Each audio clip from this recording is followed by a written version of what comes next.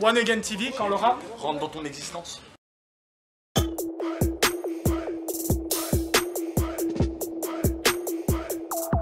One Again TV. This is the One Again TV.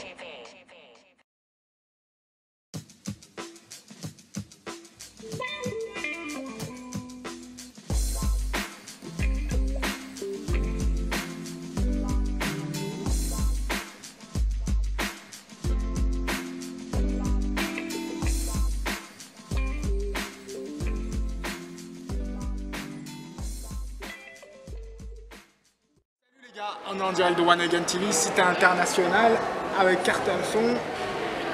On y va Mohamed, tranquille mon gros, tu vas bien? Bilal, comment ça va? Voilà, donc là je suis bien accompagné parce que je suis accompagné en quelque sorte on n'a pas tous les jours des rappeurs ou des beatmakers. Voilà, on a toujours des rappeurs. Mais là, je voulais dire, on est accompagné un petit peu par l'histoire. Enfin, l'histoire, je suis pas en train de te la lasser. Mais voilà, mais il y a l'histoire et on expliquera pourquoi. Et voilà, donc je suis content de te recevoir ici. Voilà, donc tu es descendu de Rio, c'est là où tu habites. Exactement. Ah, voilà. Donc, Rieux, pareil pour mon compère. Voilà, Rio, le Sommeil. Rieux, les Sommeils, Michelet, d'accord, ouais, donc la base quoi en fait. Voilà. Donc voilà, je voulais savoir un petit peu ton parcours parce que les nouvelles générations ne connaissent pas forcément. Donc tu es quand même une entité ici à Lyon, pour plein de raisons. Mais comment ça a commencé l'histoire de Cartel Son? Cartel Son, ça fait 10 ans. 10 ans de production. J'ai commencé le beatmaking il y a un peu plus de 10 ans, il y a à peu près 12 piges. Et j'ai commencé avec une personne qui maintenant mixe et mastering mes projets en fait. Et c'était vraiment pas fait exprès. C'est que lui, il a commencé à faire de la prod, c'était un ami à moi qui habitait au Mont Blanc, donc un autre quartier à Rieux. Et j'allais chez lui, etc. Il commençait à faire de la prod et ça a commencé comme ça en fait. D'accord. Il commençait à taper ses prods, curieux, ah ouais ça c'est quoi, ça c'est quoi, ça c'est quoi. Et au fur et à mesure on a commencé à faire des sons ensemble, etc. Et puis après, au fur et à mesure, ça s'est goupillé différemment.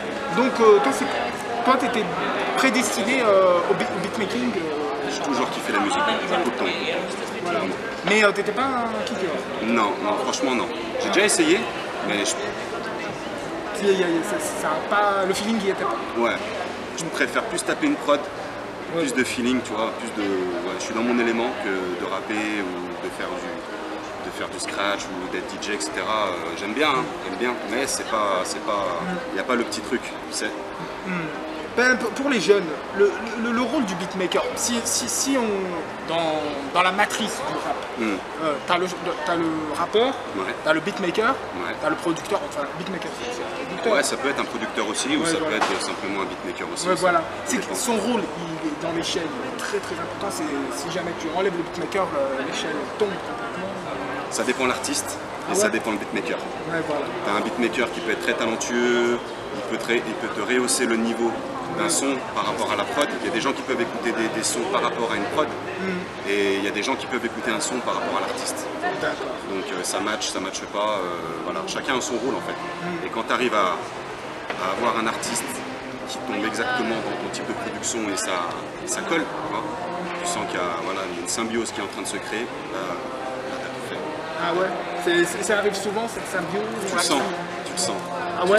Il y a des moments quand tu es en studio, tu sens que ouais, la palpitation. Ça commence à, tu te dis, ouais, il y a un truc qui se passe. Ouais, voilà. C'est pas que des mots sur un son. Ouais, voilà. Il y a des moments, il y a un feeling qui ressort sur des prods, etc. Et c'est super important. Voilà, donc j'ai cherché un petit peu ta biographie, j'ai creusé tout ça. Il a fallu traverser l'Atlantique. On n'a pas pu. Non, le Rhône, c'était pas la peine. Non, le Rhône, rien à faire. R. Rien. Non, c'était West Coast. West, voilà. West, ouais. Ouais, voilà, donc il a fallu faire Paris, comment il s'appelle l'aéroport de Los Angeles? Je sais pas. Hein, LAX. Ouais, voilà. Il a fallu atterrir là-bas. Ouais. Parce que, donc, toi, c'était vraiment ton univers, tu l'as fermé sur la West Coast. Pour le moment, sur la West Coast. Ouais, pour le moment, sur la West. J'ai commencé à Lyon, pas dénigré. Je commençais avec des artistes de ma ville, j'ai commencé avec des artistes de mon quartier, etc. Et après, au fur et à mesure que j'ai avancé, j'ai dévié appuyer sur mes rêves de gosse. Mais alors, les artistes de ton quartier, de ta vie, Ouais. comment c'est pour partir de zéro? Ouais. C'était qui? 140 gangs, Ouais, Larson, d'accord. Cassure, c'était des artistes Cassius, locaux. ouais, Non, ouais, il y a Cassius Belli, il y en a un autre qui s'appelait Cassure, un ami à moi aussi.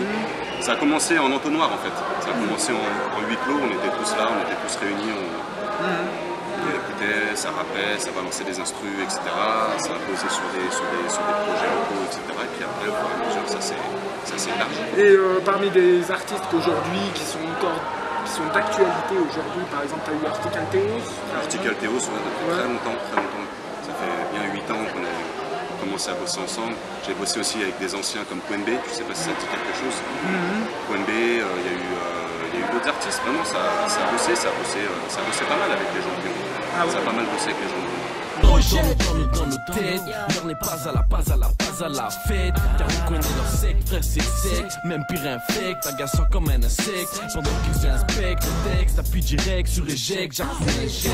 Toi Open the switch, open the wrist, older than this. I never question, been like hella flash and pin. Unlock some spots on my hot, one shot, hit it. Headed for the promised land. Tell them I astonish fans. Tell them I was a polished brand. Beat knock, check the rhythm. Exhibition, game time. Baseline, hate mine. Stay trying, ha ha. I love it. Lock the topic, stop the profit. Rock a lot, shit. Off the top, quick, talking top hit. Et donc, moi, je te parlais de la West Coast. Donc, c'était le premier album s'appelait Drugstore. Drugstore Music. Ouais, Drugstore Music. C'était un album dont 500 instrus, c'est ça? Il y avait 500 instrus? Ouais, j'avais fait à peu près 500 instrus pour cet album-là. Ouais, voilà. J'ai mis 2 ans à le faire. 2 ans? 2 ans à le faire, entre faire les instrus, démarcher les artistes, mixer correctement, masteriser correctement. C'était une première pour moi, c'était vraiment mon album. Celui qui s'est vendu après, il s'est vendu vraiment dans pas mal de pays, surtout au Japon. Ah ouais, au Japon? Au Japon, ils sont très friands de la musique West Coast, au Japon, énormément. Ah ouais, Ah d'accord. ouais, il y a une grosse scène hip-hop West Et au Japon. Et c'est là que tu t'es ouvert des liens avec des rappeurs américains. Bah, ça s'est fait déjà avant l'album, et de fil en aiguille, après, ça s'est goupillé aussi avec d'autres artistes, etc. You can go all day and night, still don't fuck with me. Just I say turn this motherfucker up. Thug king connected to drug kingpins. You a boss, my nigga, well do your thing then. I'm in my lane, nigga, I ain't gotta change shit. Funny thing is you stuck on that same shit. I'm making boss moves, getting money rolling in. They shouting, here come the boss when I'm strolling in. I took a ton of crack, turned it to some money stacks, jumped into the rap game, murdered a few tracks. C'est un peu le schéma qu'on a là maintenant. Tu es posé avec moi, on est posés tous les trois. Lui, par exemple, toi, tu poses sur une de mes instrus. Lui, il n'a pas posé sur une de mes instrus. Il entend le son, il me plaît, c'est qui, tac, tac, tac. C'est un peu le bouche à oreille qui a fait. Voilà. C'est le bouche à oreille qui a fait le. Après, dans ton palmarès, dans ton Wikipédia, on va dire comme ça, Seul But Not Alone, qui a un album plus profond parce qu'il a une histoire Exactement. personnelle. Bien Donc sûr. c'était la maladie de ta fille. Ouais, ma fille c'est a eu des graves problèmes de santé, donc du coup, l'album il s'en ressent. Ouais, Même voilà. le titre d'ailleurs, il s'en ressent. Voilà. Et puis le troisième, parce que celui-là, on en a beaucoup plus parlé médiatiquement, c'est The Hard The Worker. Hard Worker. Pourquoi on en a parlé médiatiquement? Il y a un certain Snoop Doggy Dogg. Donc, Snoop Dogg. et ça, je crois qu'on te lâchera jamais, plus jamais sur cette histoire, c'est comment t'as fait. Non du mais travail. comment t'as fait? Mais qu'est-ce que c'est que ce bordel? C'est du boulot, c'est du travail. boulot, ouais. C'est du travail. Honnêtement, c'est beaucoup de travail. Non mais C'est attends, que- il y en a qui gagnent la Ligue des Champions, toi tu vas vers Snoop Doggy Dogg. Ouais, Voilà. moi j'ai appris une chose, c'est que tu travailles dur. Ouais, voilà. Si tu travailles dur tout seul dans ta chambre, il n'y a rien qui arrive. Voilà. Donc à un moment donné, il faut Voilà. pousser un peu. Ouais. On dit il y a le destin qui rentre en cause. C'est vrai qu'il y a le destin qui rentre en cause. Mais quand faut le forcer ton destin à un moment donné. Si tu fais pas les choses en dehors de faire des instrus, d'aller démarcher des gens, de bouger ton cul, il n'y a rien qui arrive à un moment donné. Donc il y a un travail qui est en train de se passer aussi sur ça. Parce que aller voir Snoop Doggy Dogg, travailler avec Snoop Doggy Dogg, parce que ça va te marquer, ça va rester sur ton CV pendant toute ta carrière. Et c'est surtout, c'est pas seulement sur ta carrière, c'est sur le rap lyonnais que ça va rester. Ça va rester collé sur le rap lyonnais. Bien sûr. Et est-ce que tu as l'impression que le rap lyonnais est reconnaissant de Les ce fait? artistes lyonnais, parce que je garde de très bons contacts avec les gens avec lesquels j'ai grandi, avec les anciens, etc. Tu vois, ils sont fiers parce que c'est un peu des grands frères.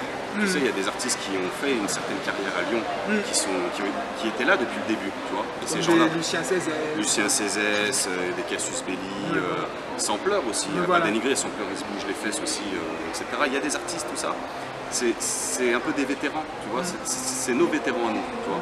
Donc c'est des gens qui ont eu l'habitude d'avoir des petits sous leurs ailes, tu vois. Moi, c'est des gens avec lesquels j'ai pas grandi, mais j'ai des grands vers chez moi aussi qui sont fiers, tu vois. Ils sont fiers et ça reste, tu vois, ça reste. Bah justement, dans The Hard Worker, quand tu parles de petits, tu as révélé des petits, toi. Tu as sorti des petits, mais des petits américains.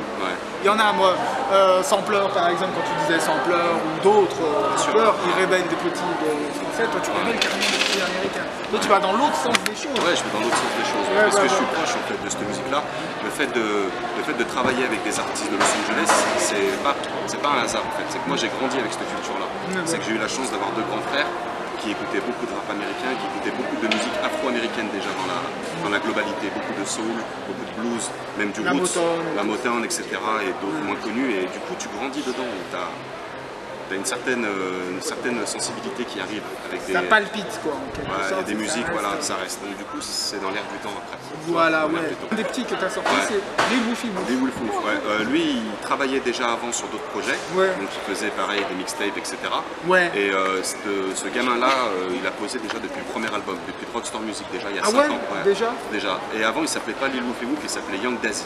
D'accord. Young Dazzy parce qu'il était parrainé par un des plus grands pionniers de la West qui s'appelle Dazzy D, qui faisait partie du label à Ice Cube à l'époque de The Lynch Mob. Et du coup, cet artiste-là, il l'a un peu pris sous son aile parce qu'il s'est reconnu en lui. Ce gamin-là, il a même pas une vingtaine d'années et il a le flow des années 90. Tu sais, le flow saccadé, le flow groupe de l'époque. Comme Warren G.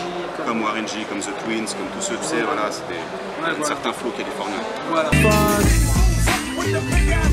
Motel hitting licks, skirt out and bill, straight lynching. I'm hitting niggas up in that 83 black, cause niggas don't give a fuck. Going down the street up smoking in dough with a busload of hoes and might go 6'4". I never knew I could be so cool. On the walkers getting hoes since preschool. Turn them motherfuckers into addicts like magic. Prendre quelqu'un sous son aile, qu'est-ce que ça implique pour toi, un américain? Ça implique d'être rigoureux et de ne pas faire un album comme toi tu désires l'entendre. C'est un travail à deux. Donc tu soumets des instrus, tu soumets des idées et tu pars pas tête baissée dans ton truc à toi. C'est que tu soumets des idées à cette personne-là, elle te dit oui, non, je le sens, je le sens pas. Et puis après il y a une sorte une collaboration, tu as une osmose qui est en train de se créer. Et puis, voilà, mais on est... Voilà. Et donc le dernier maintenant, c'est sorti quand ça? C'est sorti il y a un peu moins d'une semaine. Une semaine. Donc c'est Lil Woofy Woof. Donc c'est son album ça? C'est son album. C'est son produit par toi. Produit par moi. Back in the Days. In the Days. D'accord. Back in the Days. Back in the Days. Donc il y a combien de featuring là-dedans? On a pas mal de featuring. Alors il y a Mozy par exemple.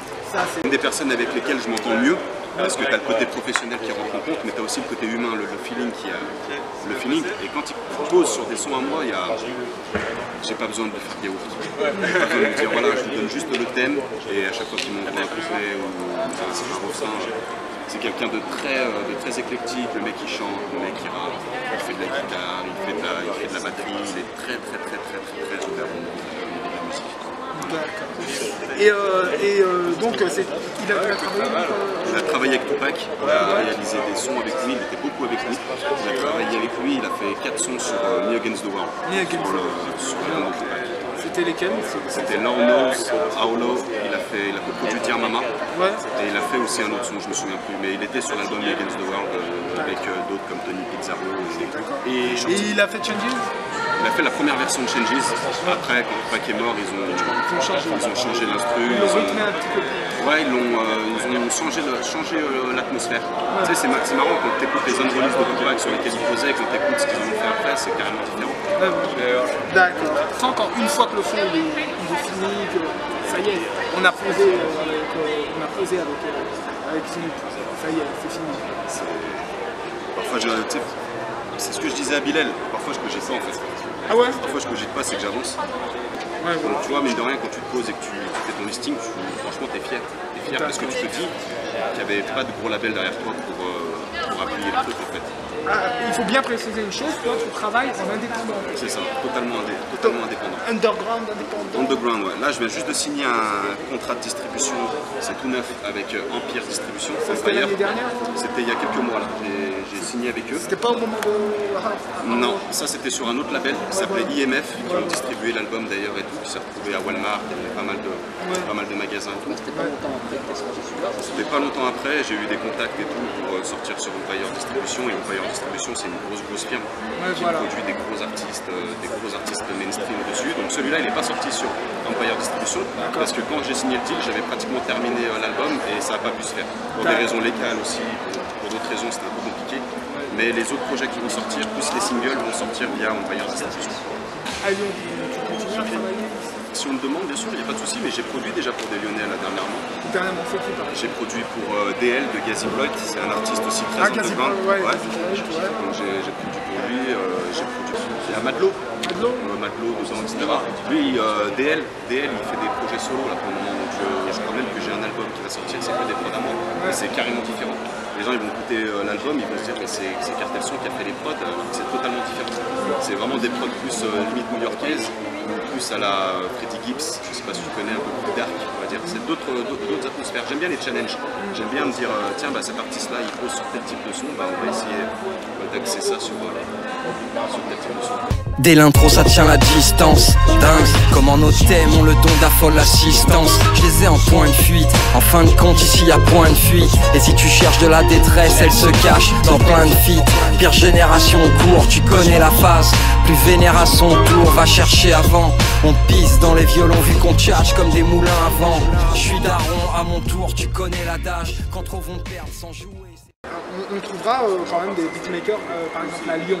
Est-ce que derrière il y aura une continuité après trop, ou est-ce que toi tu es prêt à accompagner d'autres jeunes à suivre ce que tu as fait? J'espère qu'il y aura une continuité. J'espère. C'est le but. C'est le but que notre art il continue à vivre, tu vois. Donc avec les années, le son il change, la manière de poser change. Juste que la nouvelle génération ne se perd pas et qu'elle continue à avoir des valeurs. C'est les valeurs les plus importantes. C'est de ne pas faire du son pour faire comme lui, faire comme lui déjà. C'est son identité à son. Déjà rechercher. Et après, heureusement, il y a une belle armée de jeunes qui arrivent, etc. Et ils sont déterminés. C'est bien. Ouais, donc toi, assez jeune, qu'est-ce que tu pourrais leur conseiller? Est-ce qu'il y en a qui veulent devenir beatmaker? Ne pas lâcher. De continuer à se faire plaisir, surtout se faire plaisir. De ne pas faire ça comme une obligation. De ne pas faire ça, je dois faire un son, chier, etc. Moi, il y a des moments où avant, je forçais trop. C'est-à-dire que quand ça venait pas, je m'énervais et je me forçais à faire des sons. Alors qu'il y a des moments, comme c'est de l'art, c'est comme la peinture, c'est comme l'écriture, tu peux avoir le syndrome de la page blanche. Et il y a des moments où il faut laisser couler un petit peu pour revenir. Et c'est pareil, le beatmaking, c'est pas parce qu'il y a un jour tu vas pas avoir envie de taper de la prod que tu dois arrêter. C'est simplement, c'est cyclique, il y a des moments ça va revenir, ça va partir, etc. Il faut juste être assidu et avoir l'envie de le faire. D'accord. Voilà, je te remercie. C'est ça. Ce dessin, il a été fait quand celui-là? Il a été fait il y a une pige environ. Ah ouais? Ouais. Il y a une pige, d'accord. Ah ouais, c'est plus le jeune garçon d'il y a... Non, c'est le côté barbouze Grokirch. J'ai dit, il vit bien maintenant. Barbouze Barbac. J'ai failli faire tomber le vaisseau spatial à côté de la Terre là. Voilà ce que c'est de travailler dans la chambre. La table des casse-dalle à 3h du mat. Un gros big up à Mohamed, One Again TV, restez branchés, interview Cartel Son, mon poteau Bilal, restez branchés, One Again TV. Like the Pope dropping verses from my book like a crook. Ooh, it's the nigga dropping shit. Feeling like a hero. And I'm like